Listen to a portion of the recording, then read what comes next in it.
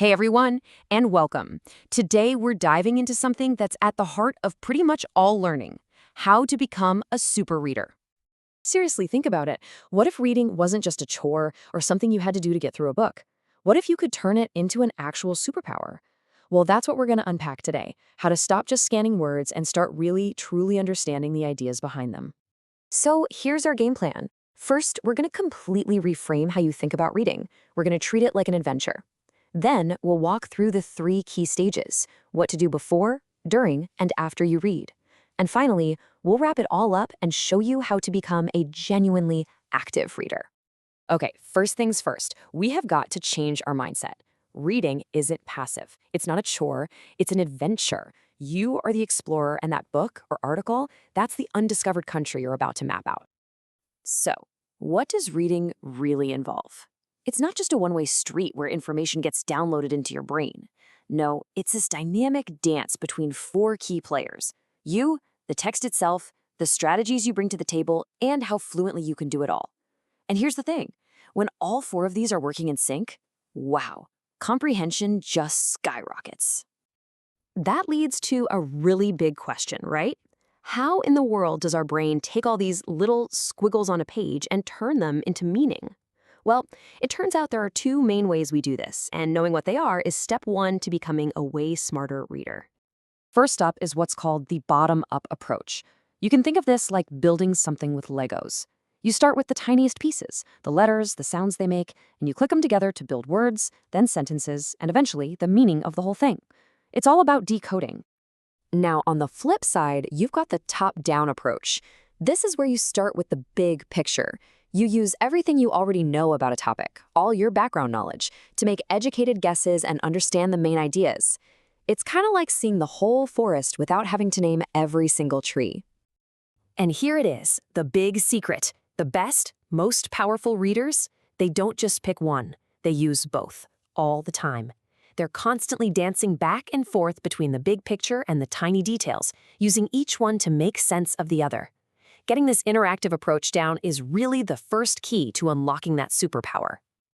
Okay, let's get into the practical stuff. Think about it. No great explorer just wanders off into the wilderness, right? They look at a map first.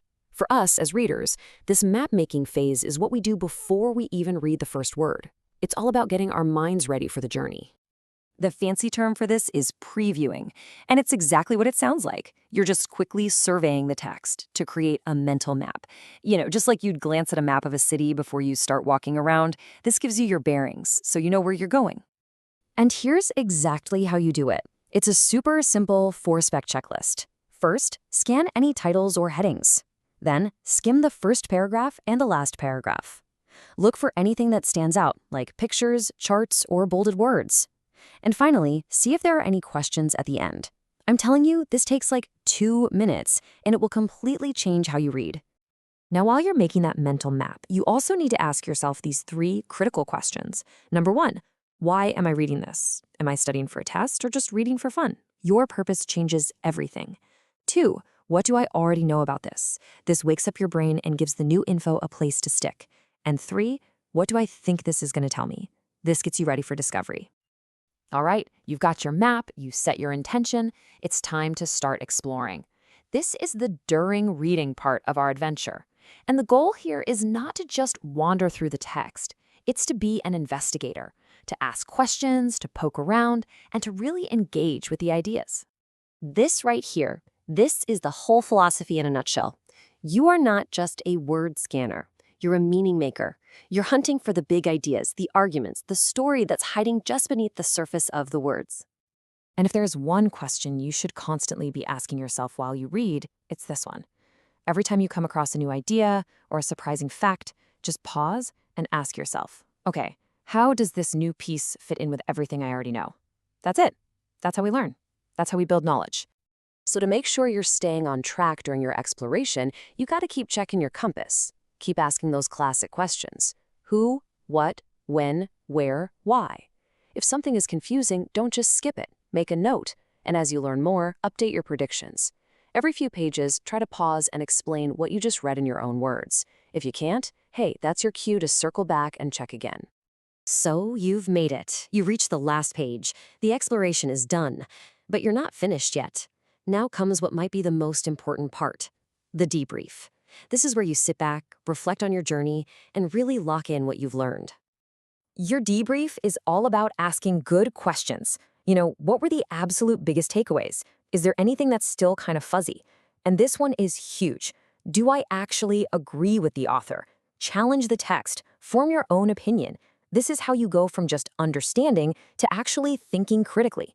And finally, what stuck with you? And what are you curious about now? A great text should always leave you wanting to learn more. Whew! We've journeyed through the before, the during, and the after. So now let's put all the puzzle pieces together into one big, powerful framework that will truly make you an active reader. See, the end goal here isn't just to have a list of things to do. The goal is to practice these strategies, like previewing and asking questions, so much that they become automatic skills. It's just like learning to drive a car.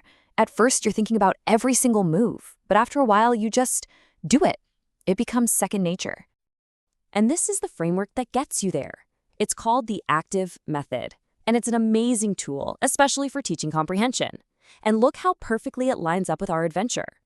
Activate prior knowledge, that was our before map-making stage. Cultivate vocabulary and teach for comprehension, that's the heart of our during exploration. And increase, verify, and evaluate, well, that's how we improve and do our after debrief. It's the whole shebang. And listen, the main thing to take away from all this is that it's more than just a list of tips. The ACTIVE method and this whole adventure mindset, it's about taking on a new identity.